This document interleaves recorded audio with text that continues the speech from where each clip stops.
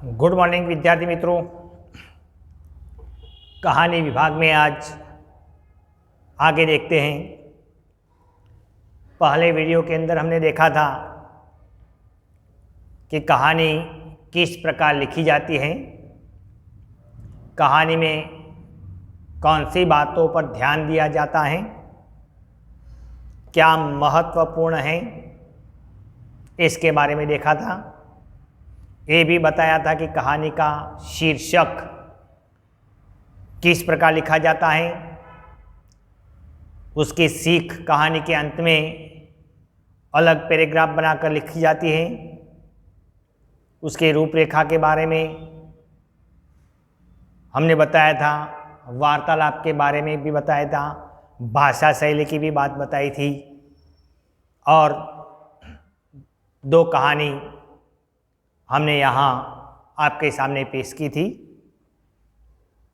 तीसरी कहानी की बात देखें तो आपके प्रश्न पत्र में इसी प्रकार प्रश्न पूछा जाता है कि निम्नलिखित रूपरेखा के आधार पर कहानी लिखकर उचित शीर्षक एवं सीख लिखें।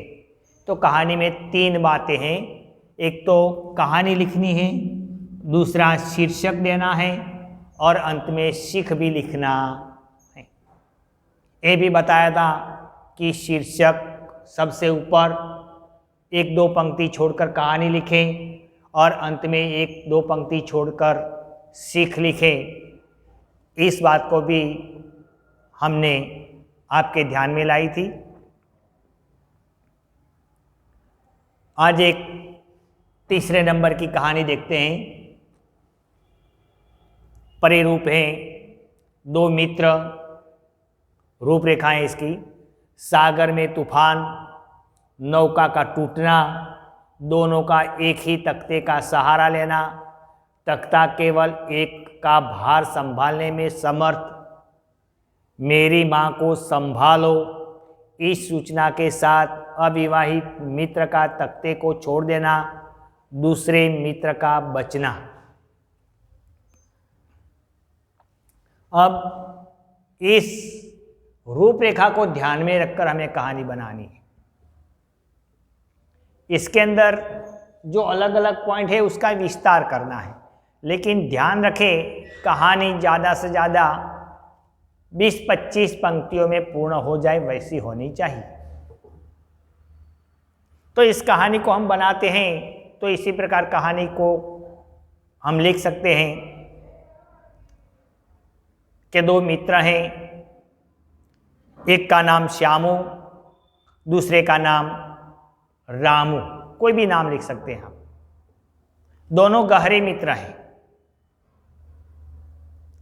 दोनों समुद्र के किनारे के गांव में रहने वाले हैं, दोनों मछली पकड़ने का व्यवसाय करते हैं। इसमें श्यामू विवाहित हैं, उसे एक बच्चा भी है, और रामू अविवाहित है, वह अपनी बूढ़ी माँ के पास रहता है। एक दिन की बात है, फिर पैराग्राफ बनाते हैं। एक दिन की बात है कि दोनों एक ही नौका लेकर समुद्र में मछलियां पकड़ने के लिए निकले। आगे बढ़ते गए, काफी अंतर दूर तक वे चले गए। ऐसे समय में आकाश में तूफान उमड़ा, मेघ गर्जना होने लगी, जोरों से पवन बहने लगा। अब दोनों के पास जो नौका थी वह नौका पुरानी थी, इसलिए पवन के थपेड़ों से और समुद्र के मौजों के सामने वह नौका सामना कर सकी नहीं। वह टूट गई, तितर बितर हो गई। इसका एक बड़ा तख्ता था, वह तख्ते पर रामू और श्यामू चढ़ गए।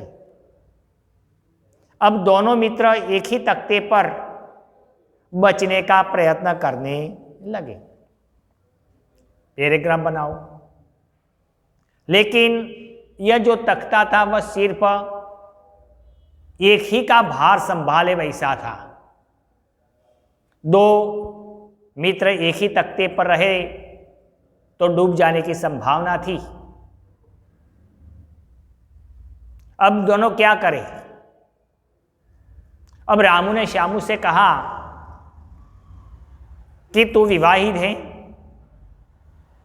तेरे एक बच्चा भी है, तेरी पत्नी भी है, तुझे जिंदा रहना आवश्यक है और मेरे तो पीछे कोई नहीं, मेरी बूढ़ी मां है,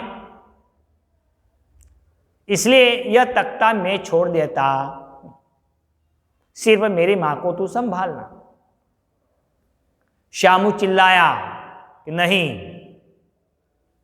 लेकिन वही समय पर रामू ने वह तख्ता छोड़ दिया और वह गहरे पानी में गायब हो गया।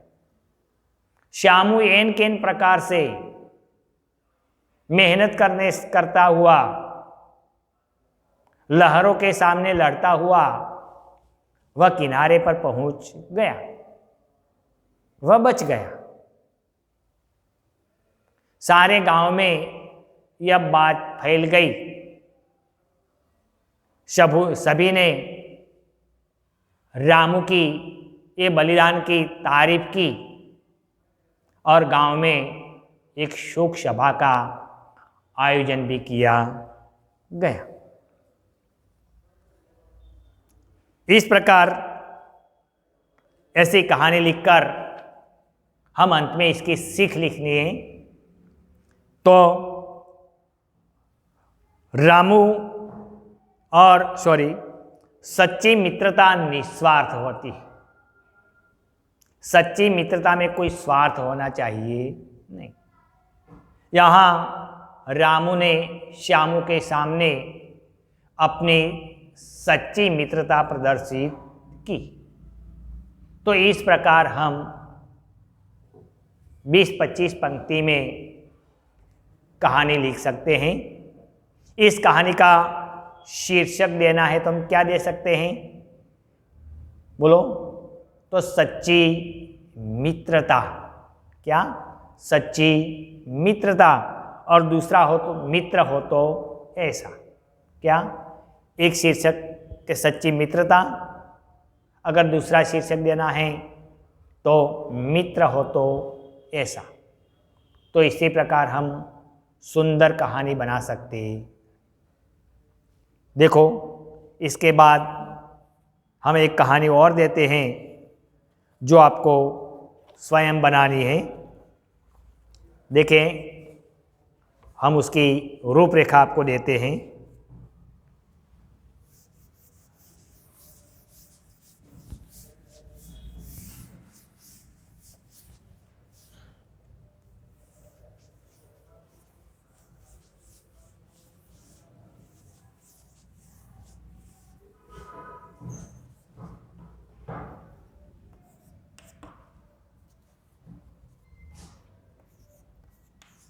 एक राजा,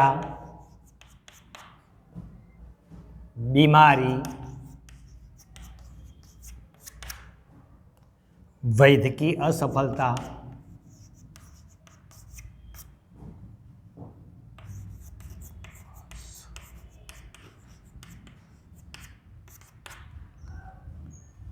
किसी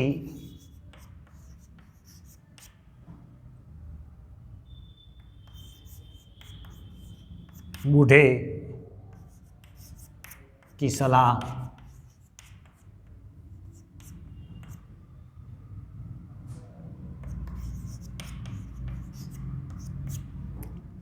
किसी सुखी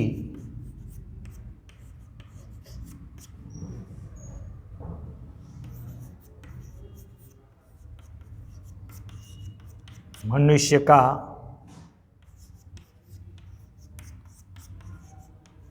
कुर्ता पहनो,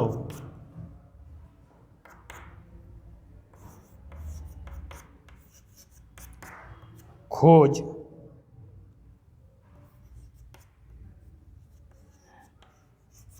मेहनती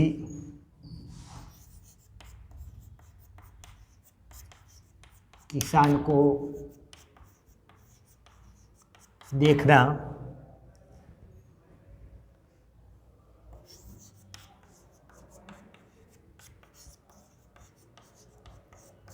किसान सिर्फ धोती पहने था,